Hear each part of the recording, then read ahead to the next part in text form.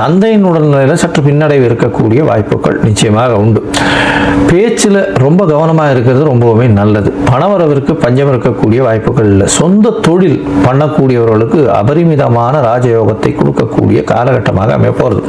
அதோட பார்ட்னர்ஷிப் தொழிலெல்லாம் பெரிய மாறுதல்கள் வரக்கூடிய வாய்ப்புகள் இருக்கு. தீர்க்கமான சிந்தனையை உங்களுக்கு வரக்கூடிய வாய்ப்பு, அதன் மூலியமாக நல்ல ஒரு ஏற்றம் கிடைக்கக்கூடிய வாய்ப்பு. இந்த மாதம் இந்த ரியல் எஸ்டேட்டு, கான்கிரீட்டு, அந்த மாதிரியான விஷயங்கள், சட்டம் ஒழுங்கில் இருக்கிறவங்க அவங்களுக்கெல்லாம் பெரிய ஏற்றம் கிடைக்கக்கூடிய வாய்ப்புகள் இந்த மாதத்தில் அமையிறது. உங்களுக்கு பார்த்தீங்கன்னா முயற்சிகள் எல்லாமே வெற்றி பெறக்கூடிய வாய்ப்புகள் இந்த மாதத்தில் இருக்குது. ஏன்னா எடுத்த காரியங்கள் அனைத்துமே வெற்றியாகும்.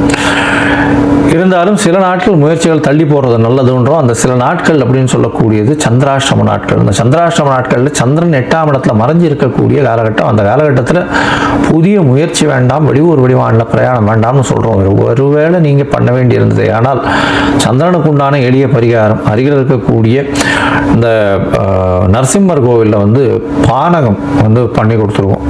அது சந்திர பகவானுக்கு உண்டான பரிகாரமாக இருக்கும்.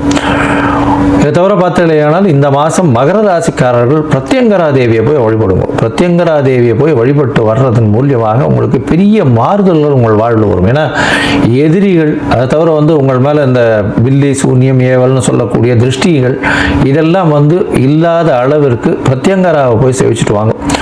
குங்கும அர்ச்சனை ஒன்று பண்ணிட்டு வாங்க. அது தவிர கருப்பு கலர் இல்லைன்னா கரு நீல கலர் துணி தானம் பண்ணுவோம்.